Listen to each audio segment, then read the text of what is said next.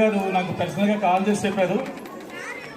ఆయన తన జీతంలో ప్రతి నెల 500 సేవ్ చేస్తూ కొన్నాళ్ళు అలా సేవ్ చేస్తూ ఒక అమౌంట్ వచ్చిన తర్వాత గ్రామానికి ఏదో సేవ చేయాలి అనే ఉద్దేశంతో ఒక అమౌంట్ ఫండ్ పెట్టుకుని ఆ ఫండ్ తోటి ఈ స్కూల్ కమిటీ అని ప్రారంభించడం జరిగింది.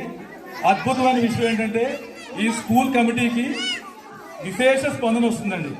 మన భారతదేశంలో ఉన్న ప్రజలెవరికి కూడా చాలా హృదయం ఉన్న ప్రజలండి.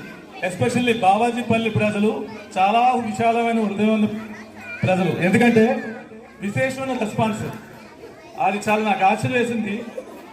కేవలం ఒక సుధాకర్ గౌడ్తో స్టార్ట్ అయిన ఈ స్కూల్ కమిటీ ఫస్ట్ 10 మంది, 20 మంది, 50 మంది, ఇప్పుడు నాకు తెలిసి 90 మంది ఉన్నాడు.